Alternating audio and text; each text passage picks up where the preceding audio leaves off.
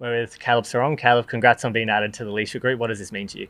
Thank you very much. Yeah, it's a great privilege, I guess, to be voted by the players and coaches in the leadership group for this year. And I guess for me, I've learned a lot from the guys that are already in the leadership group, like Nat and Dave, some great leaders there. So yeah, it's a great privilege, and can't wait to keep learning off those guys. It seems like you've always had these leadership aspirations, but did you expect it to happen so quickly in an official capacity? No, not really. I guess you never really know how kind of a player vote's going to go, or how everyone kind of perceives how you're going as a leader and stuff like that. But I guess for me, I'm not really kind of too fussed with that. I was just going about how I go about things from day to day, and trying to, I guess, live the standards that we're setting as a club and as a playing group. I guess, yeah, I was acknowledged by the players. It's a big achievement so early in your career, because it shows that you don't just have to focus on your own game and establish yourself in the starting 22. You can focus on bringing others through with you.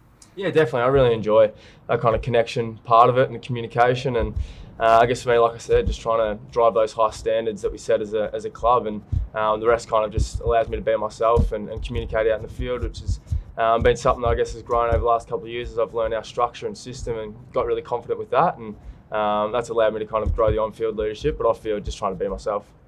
You arrived at the same time as JL, or around the same time, and we've changed a lot as a club in those last 2 years. What have you seen change in your 2 years? I guess for me coming in, it was a great time to come in. It was a really fresh start for the club, and JL really brought in a relationship-based feel around the group and really wanted to drive that connection. And that kind of comes with the off-field side of things, but on-field, obviously the new system and everything, so it was great to come in when everyone was learning it together.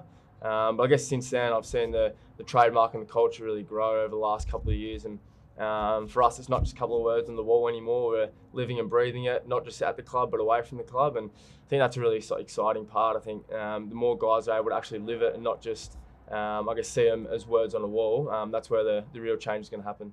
Anything you're looking at bringing to the group in particular?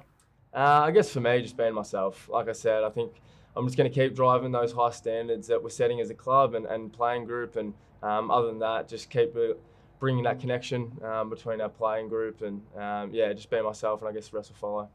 It's a player-driven vote, and we've seen Nat voted in for a 6th year. What do you think the group sees in him? I mean, I suppose a lot of it is quite obvious, but when you're casting your vote, what are you seeing in Nat that? Yeah, and that's amazing. I think since I've been in the club, he's so willing with his time and energy to, I guess, help the younger players and his teammates, whatever aspect they need it, whether it's touch, whether it's on-field communication, or whether it's off-field, just kind of working out his professionalism and routines, that kind of stuff. He's really willing, and then once he gets on-field, he's an absolute beast. And he's that player that can chuck the team on his shoulders and really drive. When stuff's going poorly or when stuff's going well, he's always there in those big games, crunch moments. So I think the players really see that in him. Dave, Alex and Andy also in the group. What can you learn off those boys? Those guys have been amazing. I guess Dave being such an experienced head and being in the midfield as well, I've already learnt so much of him, both on-field and off-field. And I guess for him, he's just so consistent with day to day. And when stuff, I guess, in the footy club gets tough, he's the one that's just consistent and always there, problem solving. So he's amazing. And Andy obviously been a really good mate, and kind of coming up with him the last couple of years and just learning the way he's grown over the last few years with his on-field and off-field leadership's been awesome. And then Alex is just, everyone loves Alex. I guess he's just that kind of guy around the club that is connected to everyone.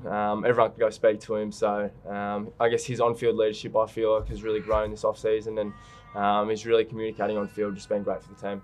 And from a footy point of view, you've had plenty of match minutes, even with the finger issue. How are you feeling? How are you tracking? Yeah, really good. I guess for me, it was quite frustrating. I guess through the end of December and most of January, had the orange cap on that most people would have seen, and just sitting out in a wing, which gave me a great appreciation for the wing role. I hadn't really played it too much, so learned a lot in that role. But I guess now, the last couple of weeks, been able to get back inside and really mix it with the other mids, and just trying to get involved in the contest, because obviously that's, I was kind of sitting out of that for a while. So, but personally feeling the fittest I've ever felt. Kind of leaned down a little bit, which has been great, both running wise and in the gym. So personally feeling really good, and I think a lot of guys are in the similar boat. I think the driving of the standards this off-season and pre-season has been something that has been a massive improvement, and not only on field, but the way the guys are approaching their diet and off-field behaviours, it's been a massive improvement.